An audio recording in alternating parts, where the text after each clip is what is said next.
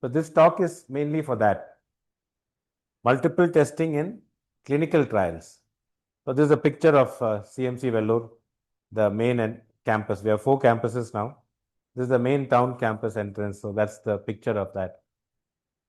So there are 2 big references. One is this NEGM evidence, which was published in August of 2025, multiplicity control in clinical trials. And the second reference I've used largely is this one from the US FDA, multiple endpoints in clinical trials, guidance for industry. So when we, in medicine, general medicine, we are always trying to see whether some new drug or new intervention be used. So we are effectively following the US FDA guidelines. So I'm just going to use both of these to take the talk. Let me see if I can get rid of this. Hide floating medium. Okay.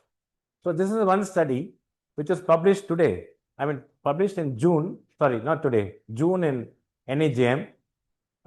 People think that many children have malnutrition. If they come with diarrhea, if you give them a lot of fluid, they may actually worsen because they'll go to heart failure and stuff like that because the body is not ready to get so much fluid.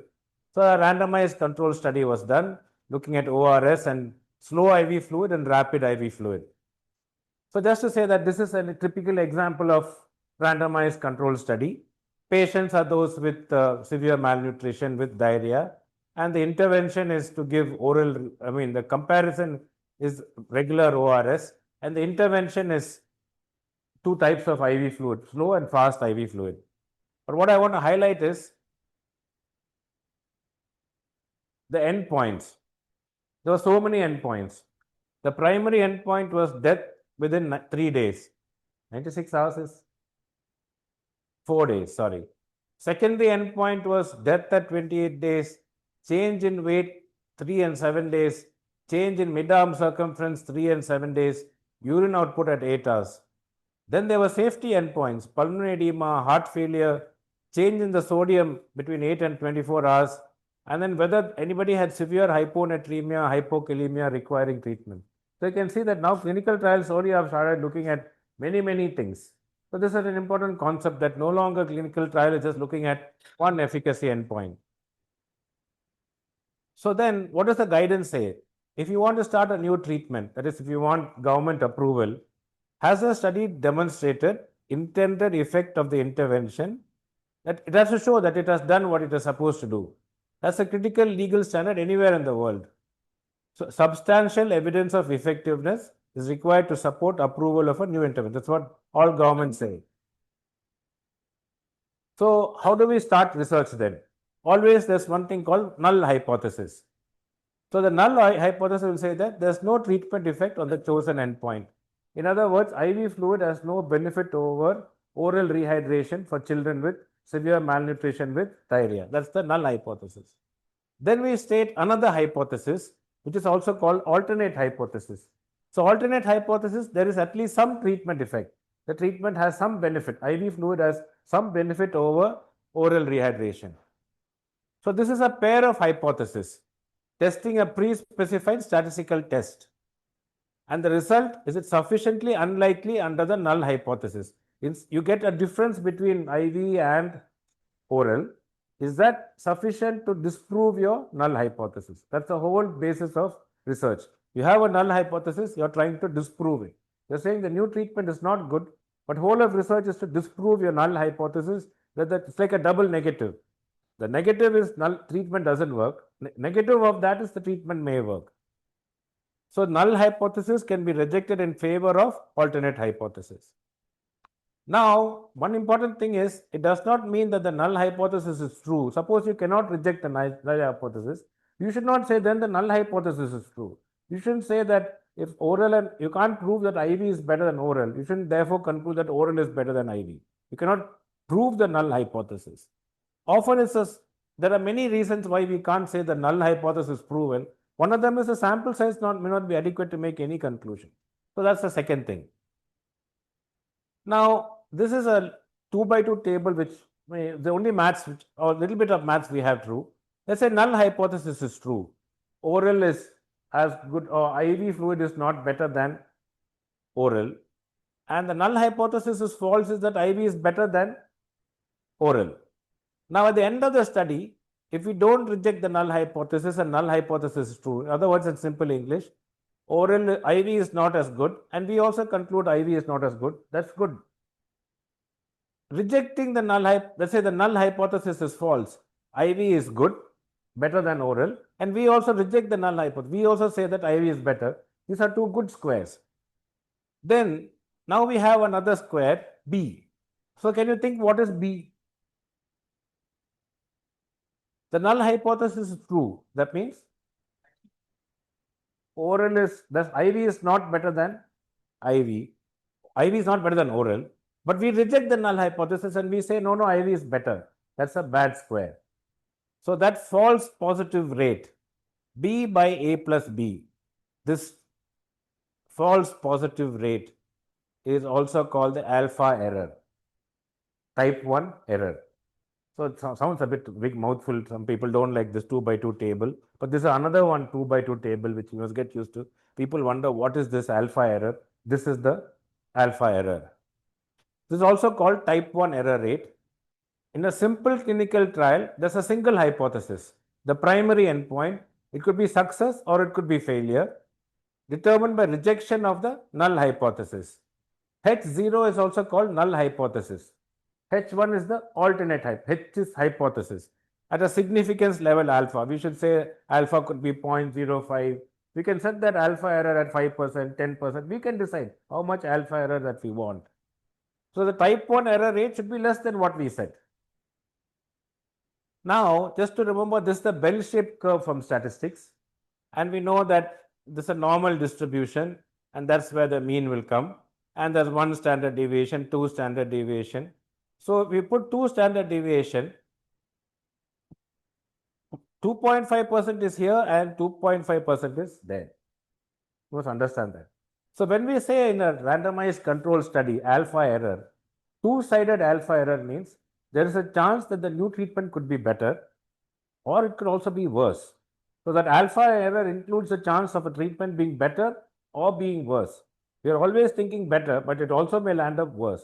So the sample size always calculated as two-sided, so including enough to find that your new treatment may actually be worse.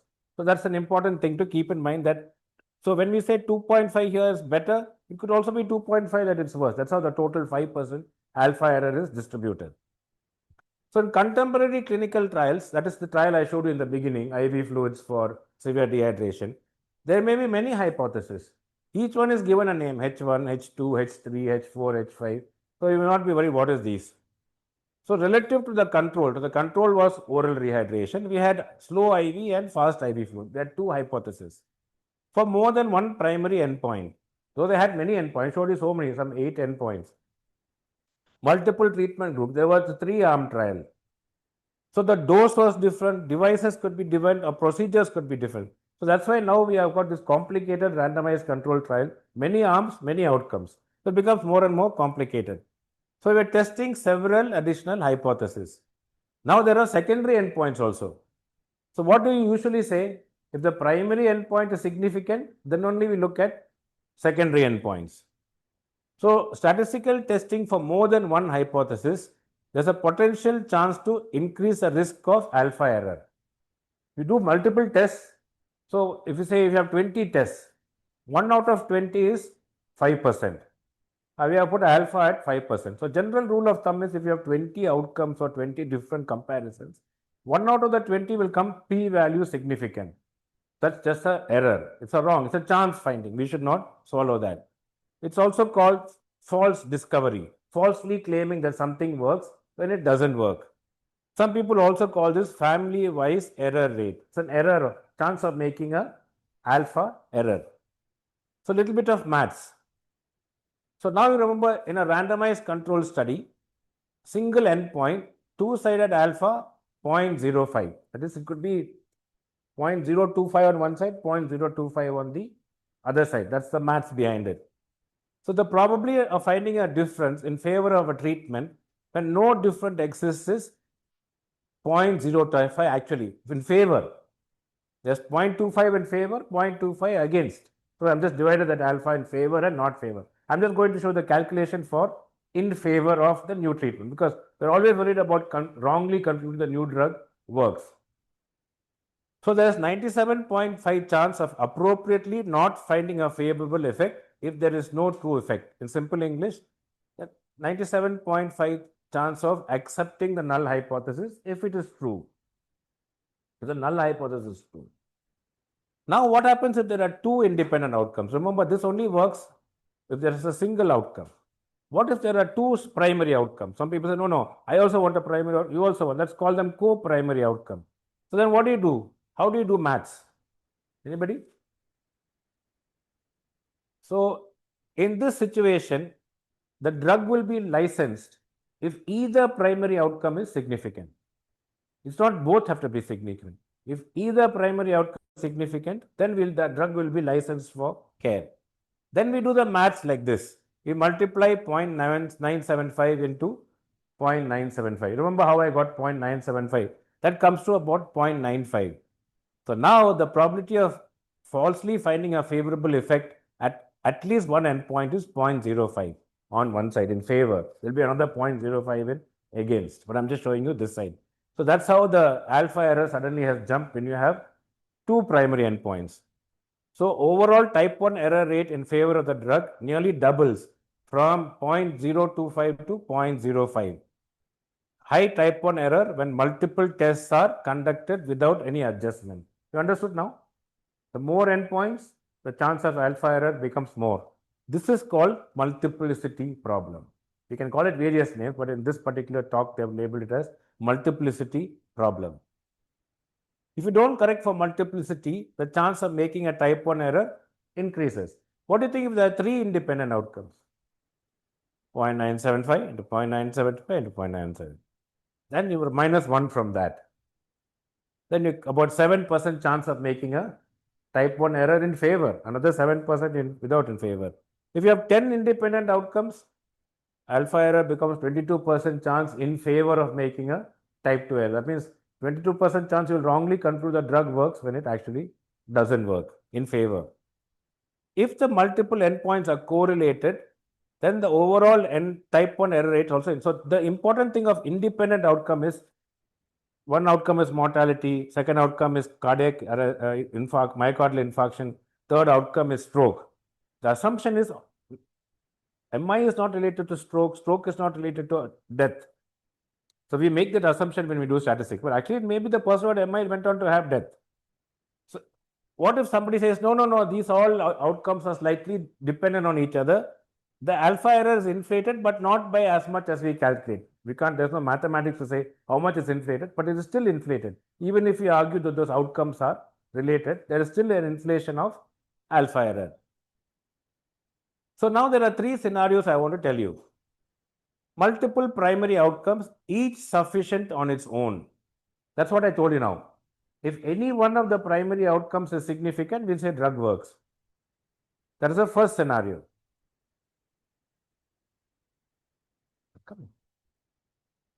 The second scenario is all outcomes should be significant. That means if you have three outcomes, all three should be significant for the drug to be approved for use. In this situation, the multiplicity problem doesn't occur because each one has to cross the significance threshold. The third situation is, let's be smart, let's combine all the primary outcomes into one outcome. In cardiovascular trials, we call that a MACE. If either you have heart attack, or you die, or you have stroke, or you have repeated heart failure, if any one happens, it's called outcome. In this situation also, we are avoiding this multiplicity issue because we have combined all the outcomes into one. So here, the problem with this multiple primary endpoints, each one sufficient, is any one of them is significant, we license a drug. Here, if you say that success, it has to be and. All outcomes, option 1 and option 2 and option 3, all have to be significant to be approved. The last option is or. Either serious death or heart attack or stroke is combined together in an or situation. Multiplicity really has a big problem in this situation where any one of the outcomes is taken as significant to approve the drug or intervention. That's where really this multiplicity problem really comes. that actually even if one of it becomes significant, it is taken as significant, with significant. Yeah, but then we must look at what do people say that, let us say that stroke came down. Actually, it's only stroke, but they will report an outcome including death and heart attack came down. So the reader who doesn't read the paper carefully will assume that death came down or heart attack came down. It will actually be only stroke, which may be the least important outcome. So one rule of composite outcome is each outcome has to be equally important for that outcome to be considered composite outcome. I'll show you some subsequent slides, so you will start realizing how people are torturing this multiple outcome issues. So usually what we teach in all the morning sessions is this Bonferroni method. So this family-wise error rate or alpha error. Multiple hypotheses could be there. When we say that IV fluid is better than oral, it is called superiority. Suppose I say normal saline or ringer lactate. I think that both may be same. So my trial is equivalence. If I say that, okay, in some places IV is not available, so I'll give oral. Oral will be slightly worse, but not much worse. That hypothesis is non-inferiority. It is inferior, but not by a big margin. So in any of these situations, this Bonferroni procedure can be used. So it splits the alpha equally. So suppose you have two hypotheses, H1, H2. Remember what I said, there's two hypotheses now. The alpha of 0.05 divided by 2, it is 0.025. So each of them has to cross the 0.025 level to be considered. Suppose you have four outcomes, 0.05 divided by 4 is 0.0125. So any p-value more than 0.0125, that outcome is considered as significant. This is the simple Bonferroni method where alpha is equally divided. So now some people say that no, we can do a weighted Bonferroni. Let's give 0.04 for the primary outcome. Let's give little less alpha to this next outcome. So you can also divide the alpha according to some and then call it a weighted Bonferroni. As long as the total amount of alpha, if you see here, p-value 0.025, if you add the 2p, it should come to 0.05. The total alpha should not cross 0.05 because you specified the alpha error as and I explained what is alpha error in the beginning. So this is weighted Bonferroni. This Bonferroni is very conservative because the chance of a type 1 error becomes much less or false positive becomes less. But then what you take at one hand, you give away the other hand. There may be some treatment which is useful, but you are very conservatively saying no, not useful, because you don't want to make wrong conclusion of usefulness. There may be some good treatments which are throwing away in this basket of type 1 errors. That is called the type 2 errors or beta error. You may be having an increased chance of beta error with Bonferroni. So there are people have come up with newer methods. So let's say you have one more slide on Bonferroni, dual primary endpoints. The trial assessing more than one drug, one dose or one intervention. It's successful if either comparator is better than control at this corrected threshold. So you have the corrected threshold of 0.025. If any of them come more than 0.25, you take it as significant. Let's see an example. This is a trial by Williams et al. Looking at people who are above 75 years of age and they were in a hospital, whether the visit by a health visitor assistant at home was useful or not. So elderly timed visit by a health visitor assistant. There were no significant differences in the two arms with health visitor or no health visitor. But they did some subgroup analysis. First they did men and women, no difference. Then women 75 to 79 years old living alone. Then they found that the control group had significantly greater deterioration in their physical score. So the score itself, this what our outcome score was divided into physical, disability, mental. So the score was divided into 3. The groups were divided into men and women and then subclassified by age and then subclassified by living alone or not alone. So if you do multiple subgroups, you will fish and finally find one subgroup in which the p-value is less than 0.25. So subjects were cross-classified by age group, living alone, sex. So there were 8 subgroups and 3 scales, physical, disability, mental. So you got many scales. So the corrected p-value is 8 into 4 groups, that is 0.32. So this p-value is p04 actually is 0.32. And for the other 3, when there's 3 groups, it's 0.24. Another way of doing this Bonferroni is to multiply, you get a p-value of 0.04 and there were two groups, you multiply it by 2 to see whether it's still less than 0.05. That's a way of doing, another way of doing the Bonferroni. Now the next one is called the home procedure. This is also called step-down procedure. So it ranks p-values from multiple hypotheses. You take as many hypotheses you want. You rank them from the smallest p-value to the largest p-value. You just put them in an order. You start off with the test hypothesis with the smallest p-value and you alpha of 0.05 by m. Suppose you have 10 hypotheses. What is 0.05 by 10? 0.005. So the smallest p-value is tested as 0.005. If it is less than 0.005, you say none of the hypothesis is significant. If it is less than 0.005, then you go to the next p-value, but this is not, you test it at m minus 1. Okay, this is 10. So 0.05 divided by 9. Then you see the next smallest p-value, is it bigger than that or smaller than that? I don't know if it's confusing. I'll show you a picture after this. This is called home procedure or step down. You rank the p-values smallest to largest. You start with the smallest p-value. Let's say there are 5 outcomes, 0.05 by 5. See if that p-value is less than that. If it is, you go to the next p-value. That will be 0.05 by 4. If it's smaller than that, then you go to the next one. If any one stops, all the rest are not significant. So this is called step down procedure or home procedure. For example, if you have 2 endpoints, the hypothesis, the lowest p-value is tested at 0.05 by 2 or 0.025. If it is not significant, you stop and say nothing is significant. Since if it was significant, meaning less than 0.025, the second endpoint is not tested at 0.025, that is 0.05 by 1, the next level. So 0.05 by 1 or 0.05. So this is called home procedure. Let's give an example. Now this is a trial which is published in June of this year. Finerenone with empagliflozin in CKD and type 2 diabetes. So now, as you said, there are 3 arms: finerenone plus placebo, empagliflozin plus placebo, finerenone plus empagliflozin. So already there are 3 arm trials. So setting us up for multiplicity. Look at the outcomes.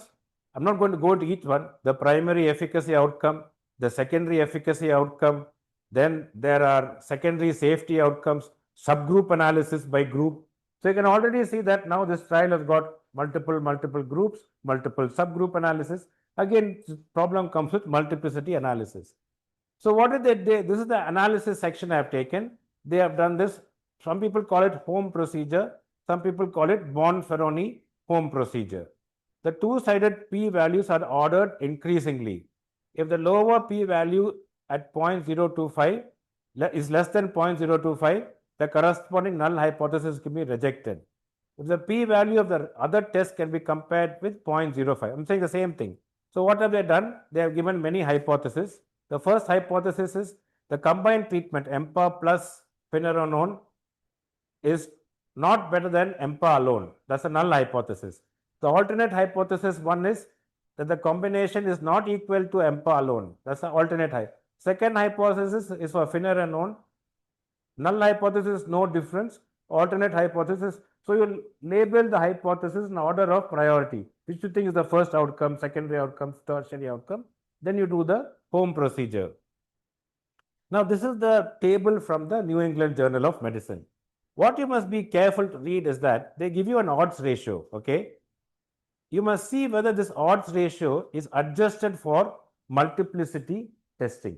And they put one asterisk there and they said that p-value 0.01. So only for this one, the difference in change, combination versus monotherapy, the p-value is significant using this adjusted home procedure. But then we'll say, hey, don't give multiple p-values. We always teach, look at the confidence intervals. But you see here, they are given one line here. The width of the confidence intervals other than primary outcome have not been adjusted for multiplicity and should not be used to test for efficacy. In other words, don't just say, let's say, look at this one. Difference in combination versus monotherapy changed from 180 to 210 days. The odds ratio is 1.13. confidence interval is this side. Oh, maybe it's useful. But you should be careful in interpreting the confidence interval because that has not been adjusted for multiplicity testing. So don't change your practice based on those secondary outcomes. Now the next one is called Hochberg or Hochberg. My pronunciation may be wrong. Procedure. You start the other way. You start with the largest p-value and step up. We have 3 arms. Yes. So we have to divide by 3. So first you divide by 3. Then you have so many secondary outcomes. So 3 plus, suppose you have 3 into 2, 6.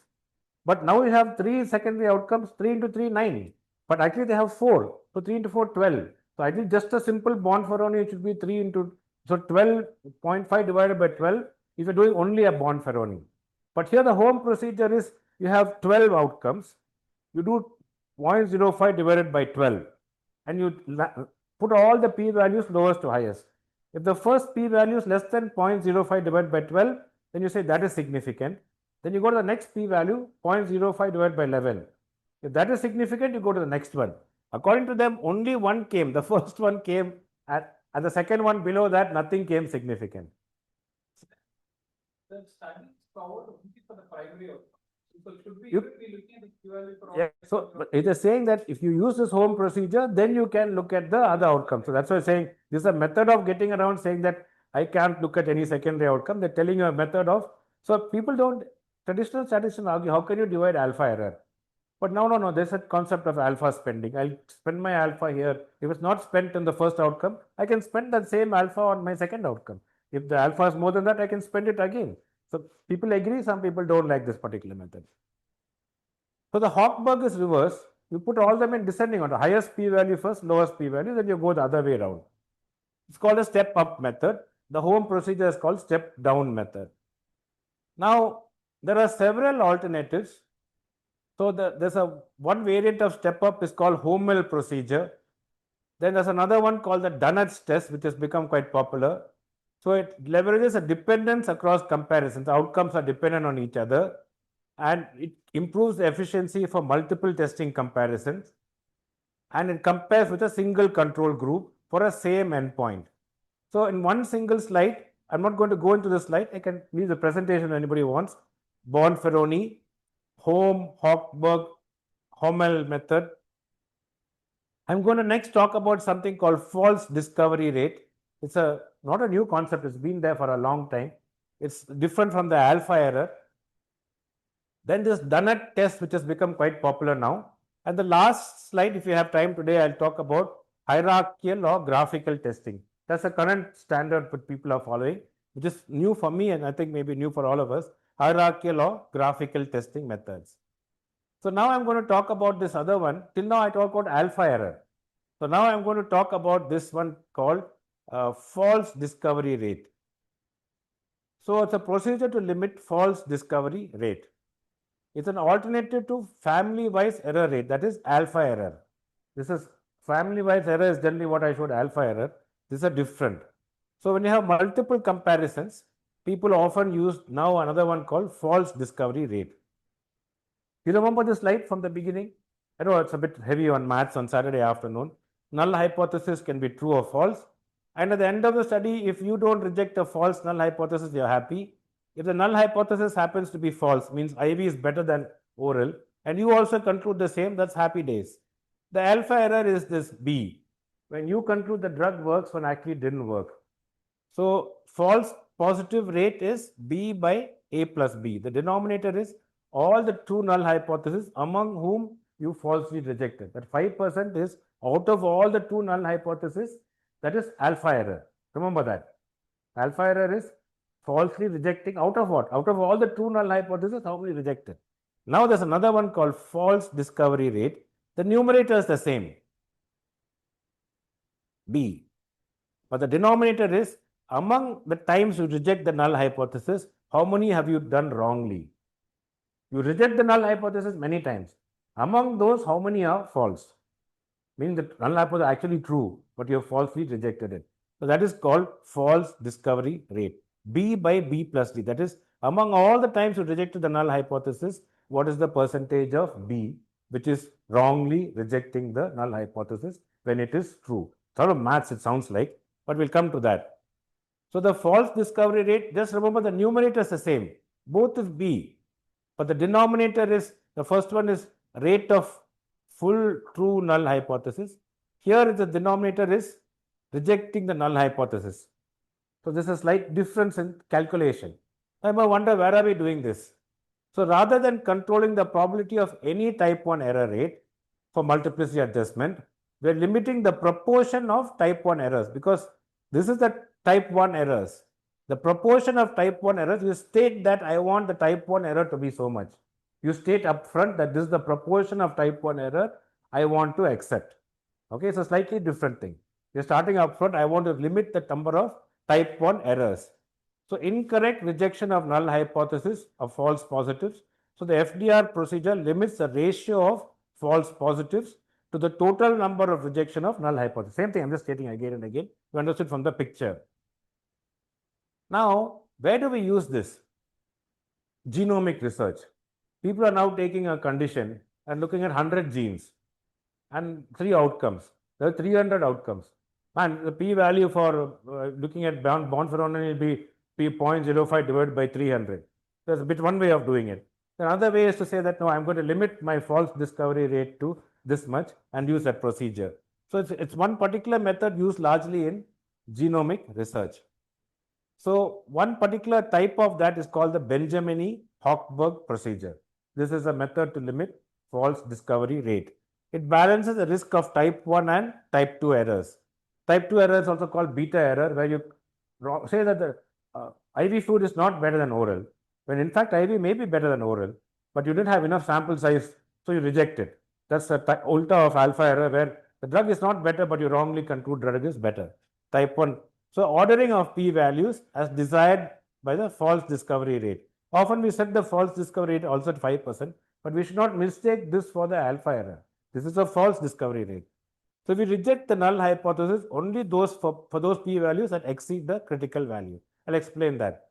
So this false discovery rate usually works in genomic research, and in genomic research you will find these kind of Manhattan-like pictures here, and then there'll be a p-values of, these are minus 10,000 p-value, 20,000 p-value, 0.00, meaning 0.000, 0.0000. Only those genes which cross a particular threshold are considered as being significant. If anybody is interested, there's a very nice video by this guy called Josh Starmer, StatQuest, explaining false discovery rates. I'm interested to read more about that. That will be a very nice place. So, the same problem. So it's useful in genomic research. So we take genes and we do microarray RNA sequence, thousands of potential candidate genes for every condition. So then we use this false discovery rate. Now, increasingly in CMC also, we are doing this fMRI, functional MRI, people with mental health disorders, blah, blah. And we get millions of images. So large number of voxels. So it's called 3D pixels. They used to 2D pixels, but now you get a 3D pixels called voxels. So what is noise is not really some functional disorder in the brain. What is really a functional disorder? To tease out these two, people are using this kind of false discovery rate. In astrophysics, if you look at the sky, what is really a star, some new constellation, or what is just noise from your camera or some other light? And online experiment, business analytics, what business strategy to use among hundreds of strategies, people use this. So these are the 4 areas where people are using this false discovery rate. Next, we go to secondary endpoints. Now I talked so much about primary endpoints. So contemporary clinical trials there are multiple secondary endpoints. So critically to assess the benefits of a therapy. So nowadays we call them as key secondary endpoints and not so key secondary endpoints. So they specify that they will be controlled for type 1 error. So when you say the word in an RCT, key secondary endpoint, you should have planned to control for alpha error for that particular key secondary endpoint. So the next topic which I'm going to take is called sequential testing approach to control for family-wise error rate. It pre-specified an order for testing. I don't know if you remember that we did the okay, just let's say that you have 5 outcomes. You have to say which is the most important outcome, second most important outcome, third most important outcome. How to decide? clinical relevance, policy relevance, economic relevance, blah, blah. So you have to make that order before you start the study. If the primary endpoint of P05 or more, then the first rank endpoint, for the first rank endpoint, tested at alpha at 0.05. And if below this threshold, the next endpoint, the sequence is also tested at 0.05. So you say, I'm going to do sequential testing. This is another method, sequential testing. My primary outcome is less than 0.05. I'll take the whole 0.05 and go to the next outcome. If that's less than 0.05, I'll take the whole 0.05 and go to the next testing. This is called sequential testing approach. So the process continues until some p-value comes more than 0.05. So you say all those above that is significant, all those below that outcome are not considered significant. So why is that important from a regulatory point of view? Okay, if it crosses 0.05 for anyone, then if the FDA approves it, then the drug will be approved for all those indications above that cutoff. It won't be approved for indications below that cutoff point. Let us have a look at this particular methodology. Always the pictures are better. Now there's a new drug for cholesterol every day. The new one is not new really, bempedoic acid. If you can't tolerate statin, now the new drug is bempedoic acid. So this study was also called the CLEAR study. I told you this MACE can be very confusing. Now they have MACE with 4. So if you think of cardiovascular death, stroke, MI, heart failure, you call it MACE 4. If you take off one of them, you call it MACE 3. If you take off one more, you can call it MACE 2.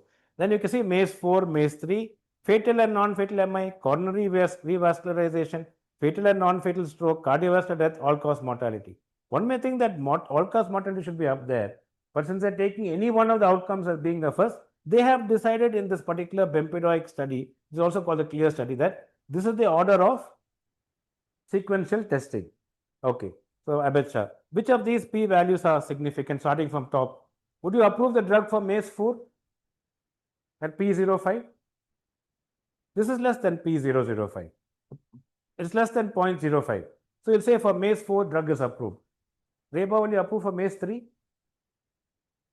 Sorry, I forgot your name. Betty, would you approve for fatal and non-fatal MI? Is that less than 0.05? So you'll approve it.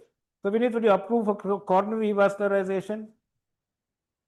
Albin, will you approve for fatal and non-fatal stroke? No. So you can the government will approve it for these outcomes, not approve for cardiovascular death or all-cause mortality. So hierarchical testing procedure, first 4 points are statistically significant, last 3 are not. You don't test below this. You don't show the p-values for below this. This is called hierarchical testing model. Now semaglutide. So we are keeping the alpha. So you're saving the alpha completely for the next one. If it crosses this level, you say, I didn't spend my alpha. So this is a new concept, alpha spending. I didn't spend any of my alpha. So I can take the whole alpha and go to the next one. So you have to put this outcome in order. You have to tell that I'm going to do hierarchical testing. This is my alpha spending rule. If it crosses this, I'm not going to use. If it's going to do this, I'm going to do this. But you give the reference and say, I'm using so-and-so's methodology. These are approved by the FDA now. So because they're approved by them, then everybody uses them. Next study. Semaglutide is a new drug for obesity. And now people are asking, oh, but it's usually for diabetes, non-diabetic. So now we have got placebo versus semaglutide. Okay. Can you tell me, at the point, primary MACE 3 was 3 of them. MI, death, heart failure, stroke. Then is cardiovascular death. Then is heart failure composite. Composite is like admission for heart failure. Last is all-cause death. Would you approve for MACE 3? Okay. Amrita, would you approve for cardiovascular death? No, because it's more than 0.05. So you'll only approve it for MACE 3. Now remember, I showed you a table for the first study and the confidence intervals were given, and I told you don't interpret the confidence intervals. So only the drug was approved only for MACE 3. What do you think about the hazard ratio for all-cause death? 0.71 to 0.93. Going only by hazard ratio, it is protective for death. But if you go by this particular methodology of hierarchical testing, you should not approve the drug for all-cause death. So there is some trade-off from doing this clever.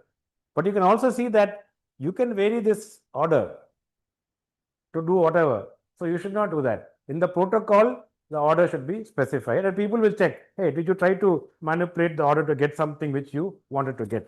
Sound is off. Oops.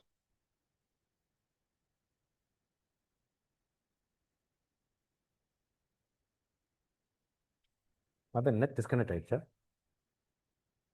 Going on? It's going on. Okay. All right. So this is called the hierarchical testing. So now you see that everybody is unhappy about this particular thing. Oh, this is not a good situation. Now comes the next option, the last option. Do we have time? Or should I stop? 10 minutes? What a picture. Will be awake for 10 minutes. Now you'll be awake. Okay, I'm making fun. Graphical testing. It's a new approach to overcome these problems which I showed you in the previous slide. Preserving family-wise error rate. So it's a sort of home procedure. There are two hypotheses as a graph. And it's a traditional approach to multiplicity testing within a graphical testing framework. I'll show you this. I'll explain the picture. So there are two hypotheses, H1, H2. And you say the overall alpha error has to be 0.05. And you say that I'm giving a weightage to H1 0.025, H2 alpha 0.025. So the graph represents each hypothesis as a node. And it connects these nodes with arrows. And the proportion of alpha is propagated along. So you divide the alpha error in each between the two until the hypothesis is evaluated successfully. So when you can go from H1 to H2 or H2 to H1 till the significance level is lost. Now this picture doesn't explain everything. I will explain in a next picture. So I'm going to start with the study, because study is easy to do. Now that hardly any of the cholesterol lowering drugs are showing any benefit over, already LDL is 40, 50, how much more LDL lowering are you going to show benefit? People now think that still there is some inflammation in cardiovascular disease. So you can target the inflammation alone. So these new drugs, anti-inflammatory one, canakinumab. So this study was published in 2017. So how many arms? Placebo, 50 mg, 150 mg, and so there's already 3 arms. And how many endpoints? Primary endpoint was non-fatal MI, any stroke, cardiovascular death in a time to event analysis. 2 key secondary efficacy endpoints. First key endpoint included hospitalization for unstable angina. Second key endpoint was the new incidence of type 2 diabetes. Then they had some other outcomes as well. So you can see now that you've got 2 arms and you've got multiple primaries, key secondary, other outcomes, safety outcomes, non-safety outcomes. So multiple testing is there in this. So this is the picture for this graphical testing methodology, which is shown in the protocol. This study was called the CANTO study, canakinumab to prevent ischemic heart disease. So I'll explain this picture. Just remember that each of the H is a hypothesis. So they said that 1, 2, 3, 4, 5, 6 hypotheses are there. And at each H, let us say this is the first, if you have how much alpha is given, I'll show that clearly, but that's the picture just to understand the picture first. You have some amount of alpha. If the p-value is less than that, then that whole alpha is preserved. Now, 80% of that alpha will go to the next hypothesis, and some of that alpha can go to the next hypothesis. You can divide the alpha into the next 2 hypotheses. If this is less than that p-value signified for that node, 100% of that alpha can go to some more hypothesis.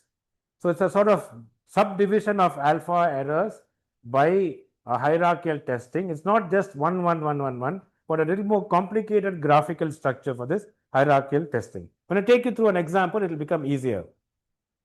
So how many hypotheses was there in canakinumab? H1, 2, 3, 4, 5, 6, 7, 8, 9. At each level, you are testing the alpha error. But the rule is overall alpha should not cross 0.05. So they test at 1 alpha, significant, you can go down. Let us just look at just one alone. See, you test at alpha here. If it is significant, 45% of it will go to this one, 27% of it will go to H2, and 3% will go to H3. So you are sort of making a more complex graphical structure of your hypothesis testing. You have to list all of them and say how you are going to go about doing this testing. This is called graphical method of multiplicity testing. So now they have produced a graph like this. We don't usually read nobody looks at this in the supplement. Nobody will go and look at this picture because it's very complicated. They'll simply give pictures like this. And the thing is, we are just looking at the p-value significant and hazard ratio crossing 1. That's all that we look at. So for the primary endpoint, the actual p-value in the 150 milligram group, so this is 150 versus placebo, is 0.02. But the p-value was less than that, so you may say that is significant. In the 300 milligram group, using this hierarchical testing model, it should have crossed 0.01058, and this was more than that. So this 300 milligram is actually not significant. Now, what about the key secondary endpoint? Here you got 0.005, and the p-value was 0.00529, just less than that. So it is significant. This key secondary endpoint was hospitalization for unstable angina that led to revascularization. This was the only one. Even this, if you look at it carefully, 0.021, this is slightly more than the 0.02115. So the only outcome was significant was this key secondary endpoint. So this is their conclusion. Anti-inflammatory therapy with canakinumab at 150 milligram at every 3 months led to a significant lowering recurrent cardiovascular events than placebo independently. So they have used only that secondary outcome and pushed the story. It's very good. So you have to be very master now to read all this complicated stats to know how they're selling a drug. So that's the same thing, this Cantor's primary analysis. H1 hazard rate for adjudication confirm MACE. So if the H1 is significant, equal to, then it goes to, some of it goes to H3, some of it will go down to the other one. H2. So there will be adjudication committee for MACE. Remember that MACE is not determined by the PI. There will be a committee determining if MACE has actually happened or not. Major adverse cardiovascular event. So each one is tested against the null hypothesis. Let me just, now all of you are looking at it, a lot of worried furrows on your heads. Let me show you a thing. This is a simpler picture. Okay, what is H1? First hypothesis. It's tested at 0.05.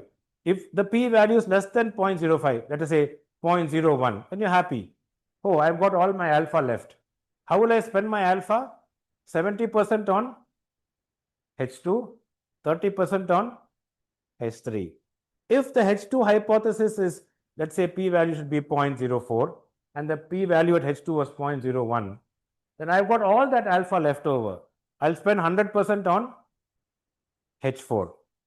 If H4 is significant, 30% on H3, 70% on H5. If H5 is significant, still I'll decide to pass on 0.5 back to H4, 0.5 back to H2. If H5 is significant, then you can see how we are going about this particular picture.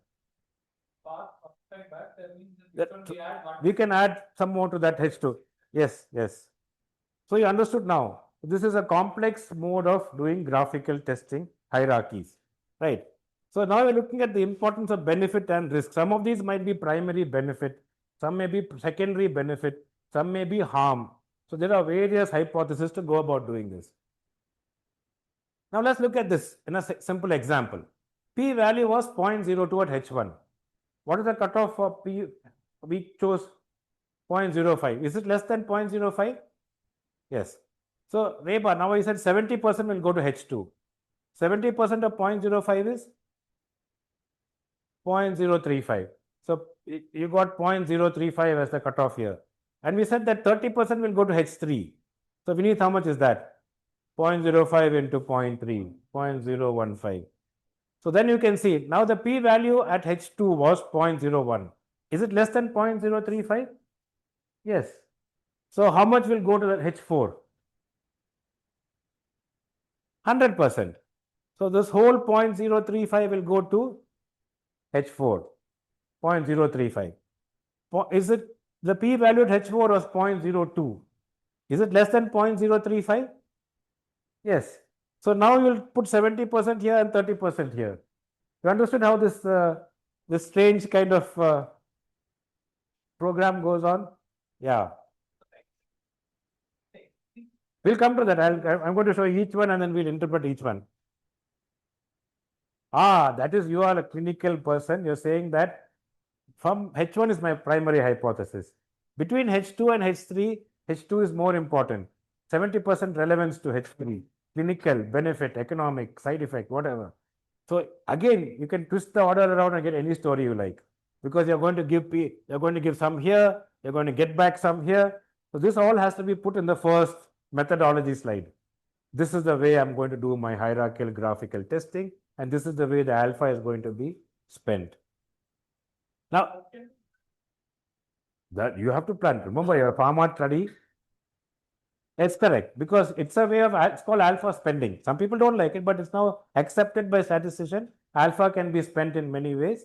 You can either divide the alpha by equally, this is called the Bonferroni. Weighted Bonferronis, I'll give so much and so much. Or step down procedure, step up procedure. Then sequential testing. The problem with sequential testing is anything below a certain level is rejected. Now the pharma company says, I've spent $1 billion making this new drug. Hey, basically they have to find a way to market the drug. I'm being a bit cynical. They're not all evil like I'm making out to be. But this is a way in a sense to help them. But it's approved by the FDA, so it's approved by Indian government, approved by everybody. It's kind of a procedure which has come to stay. No, you have to have some methodology to say how you put so much, why you put so much. And basically the consensus by all the people sitting together, that picture should be approved by everybody. When you go to the IRB should be educated members who understand this, what is the consequence of putting, you can put H4 into H2 and H2 and then may some different consequences. So you have to be very educated, and then the software has to be able to do this kind of thing. The statistician has to be highly able to interpret this kind of figure. Yellow figures are untested. So in the beginning, everything is untested. Green are those which are significant. Gray which are not tested yet. Gray are not statistically significant. So let's do this. Was H2 significant? So we went to H3. The whole 0.35 came here. The p-value is 0.02, which is less than the 0.035. So we put 30% of that 0.35 to H3 and 70% went to H5. So H5 doesn't pass significance. The p-value calculated is 0.02 and it had to cross a threshold of 0.025. So it was more than that. So p-value of the whole H5 went to H3. But H3 calculated p-value was it was, where did this 0.0245 come from? Remember, we put 30% of that here. But we also got from H4 something there. Remember, we got some from here. So this total is addition of one from here, 0.015 from here, this came from here and this came from here. Totally is 0.25, but the p-value was more than that. So H3 got rejected. So if we had done the same study and done it hierarchically, what would have happened? This is less than 0.05. This is less than 0.05. So H1 and H2 accepted. Everything below H3 is rejected. But by doing this on a complicated graphical method of testing, we only rejected H5. So graphical testing applied at the completion of the trial is wrong. So they are very clear. At the end of the trial, you should not suddenly say, oh, my drug is not going to get approved. Let me now do graphical testing. It should have been planned in the beginning of the study and said. So that hierarchical testing scheme should be part of the statistical analysis plan. Endpoints placed higher in the scheme will be tested earlier. See, in this scheme, H2 is before H3. So H2 will always be tested before H4. So you must be aware of that whichever the H1 is tested first, then H2, then H3, then H4. So you must prove to the ethics committee that your first hypothesis is really your first hypothesis. not that which you think will come statistically significant. You can game the system to keep on getting maximum statistical. No, it's clinically relevant, policy relevant to people. That should be H1, then H2, then H3, then H4. So we should not alter those.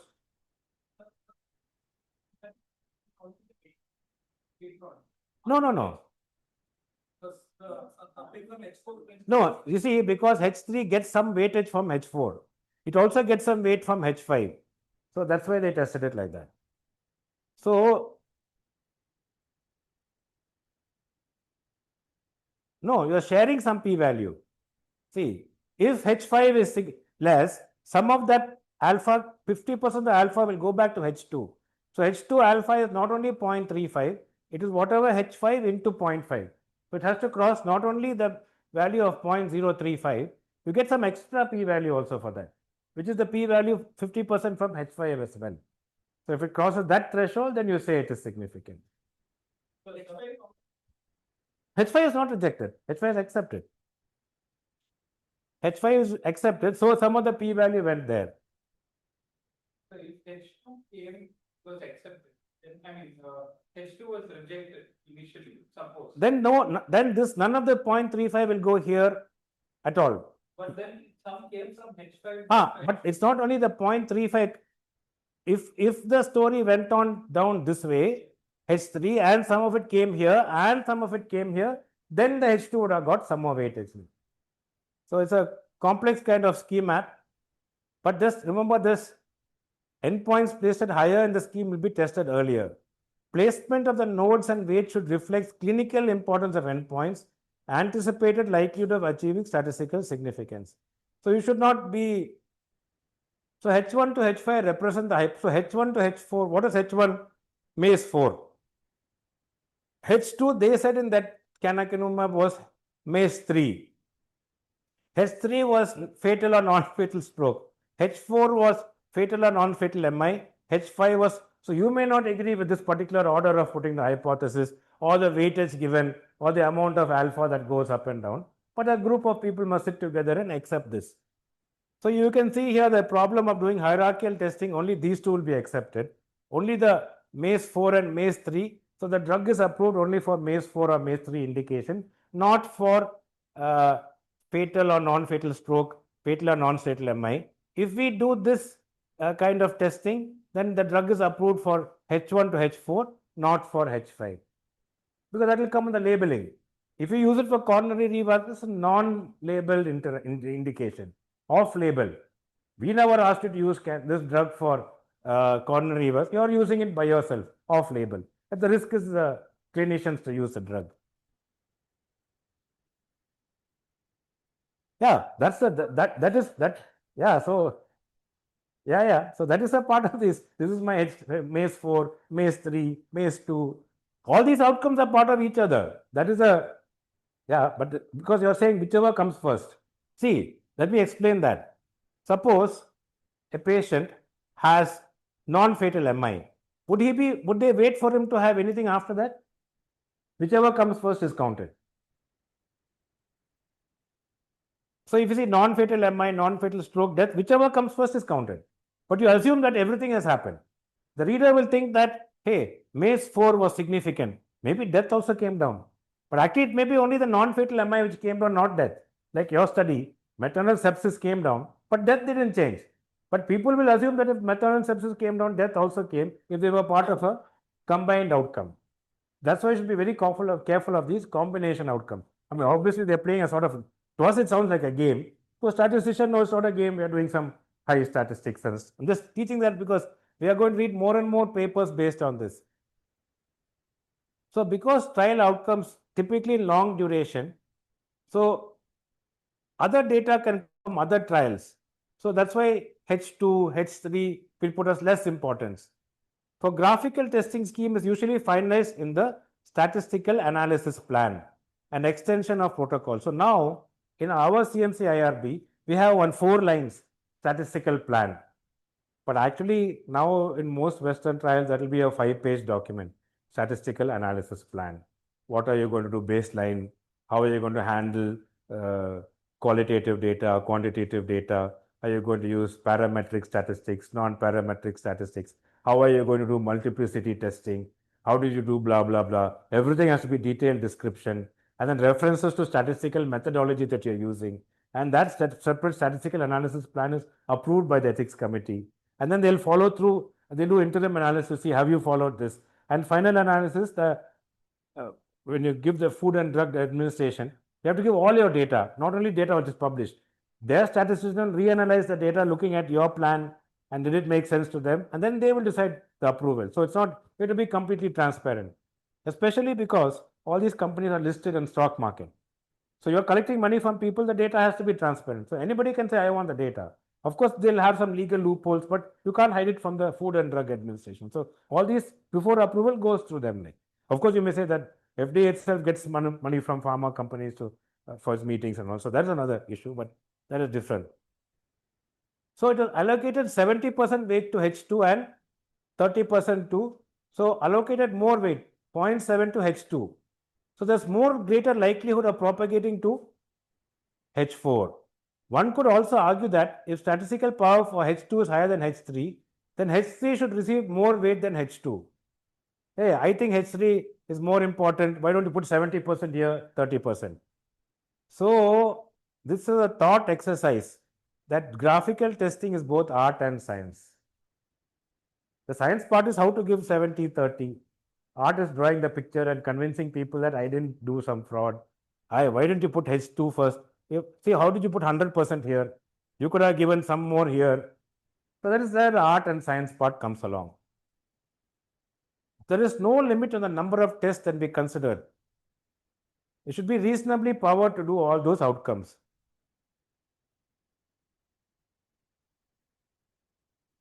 So if an endpoint reaches the end, then after that the testing stops. Even in the graphical testing, we were lucky in this example that everything went on till H5, so we could go to H3. But if it had stopped somewhere, the testing stops at that particular place. Now, just to summarize, the endpoints not included. So sometimes in a graphical picture, some endpoints were not included. You cannot make any policy conclusions on those endpoints. Endpoints which were below the significance level also, you should not make a conclusion that these endpoints were significant. You should not comment about that. So the main reason why this whole talk was the cost of making type 1 errors. If we say that IV fluid is better than oral fluid, then all poor countries in the world which have malnutrition are now going to invest money in IV fluids, which is, they don't have any money to save people from malnutrition. They're going to invest money in IV fluids. So it's a huge cost of making a type 1 error. So the single point of that is to make sure this whole exercise was to avoid type 1 errors. Now the last point is for safety endpoints. Usually we don't do this multiplicity testing because it will try to show that there's no difference. And that's dangerous. We are looking for small signals in safety. No randomized control study is powered to look for side effects. So there may be side effects which are masked. So how will we pick up those side effects? Which phase of a trial? Abhitsa? Phase 1, 2, 3, 4. Phase 4 is once the drug goes to market. The drug company is supposed to find out from everybody who took the drug, how many of you had side effects. Very few people actually do. That onus rests on academic clinicians like us. When we see patients in our ward or OPD, we should document side effect. Somebody must publish a cohort study and say, hey, most of our patients are having this side effect. Then we'll find out phase 4. So the side effects, we don't want to minimize them by reporting this multiplicity and saying, no, there was no signal of side effects. So we don't do the multiplicity testing for side effects. So there's complexity and dexterity required for doing this graphical testing. So we need to be a little bit careful about this group sequential testing, graphical testing. We have to be a little bit careful. I'm not an expert in that, but it's more for just to be aware. Today's talk is what, okay, I heard about a thing called graphical testing, sequential testing. Bonferroni, if you don't remember anything, that's most conservative. Conservative means you won't make any mirrors. You won't do type 1 error. You won't wrongly give a drug. But there's a chance that there's a drug which may be useful, which you have said is not useful. But you'd rather not. That's slightly better than wrongly giving a drug which doesn't work. So that's type 1 error. So this is so the Bonferroni step down, step up procedure, sequential testing, and this graphical hierarchical testing methods. Okay, any questions? Suppose the patient is phase 4 where one of the four. Yes. Three will have one of the three. You can't count them in both. So if somebody Yeah, has so they are saying these that, three, they can't. so we are saying independence. Outcome 1 is not independent of outcome 2. But they're saying that if you have a non-independent, then the chance of this multiplicity error becomes less. How much less, they don't say. But they have decided to put like that. It sounds odd to us also. Each outcome should be separate from the one. But you'll be surprised how many clinical trials have got these kind of maze 1, maze 2, maze 3, then subdivision of that as another outcome. It seems to be the flavor of this. Non-independent outcome. For example, like heart disease and lung cancer are both related to smoking. They may be this thing, but Suppose complete- MI and death are related. yeah, I mean, So they also, so nothing is independent that way. No, correct. So then they won't. Either that is a major problem of time to event. Means whichever event happened first, you count it as something has happened. both. No, so if that in maze 4, the first outcome might have been heart failure. Then they are counted as that. In maze 3, if heart failure is not there, the first outcome is angina. That's counted as 1. But in that maze 3, death also may be there. But you will think that death is reduced. Actually, it's only time to angina is reduced. So it's very careful about this interpretation of time to event when it's a combined outcome. Then you have to tease out and see which is the one which is really important. For a doctor, time to death, all cause mortality should be the first outcome.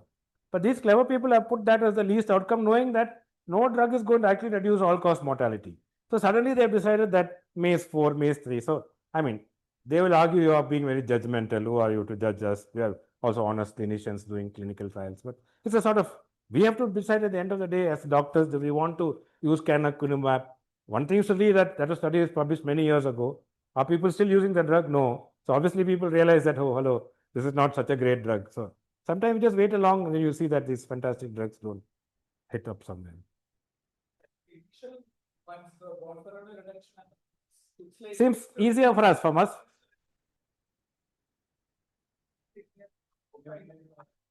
So that depends on your perspective, like that. I'm just saying that when you read a paper, we don't know that this has been done in the background.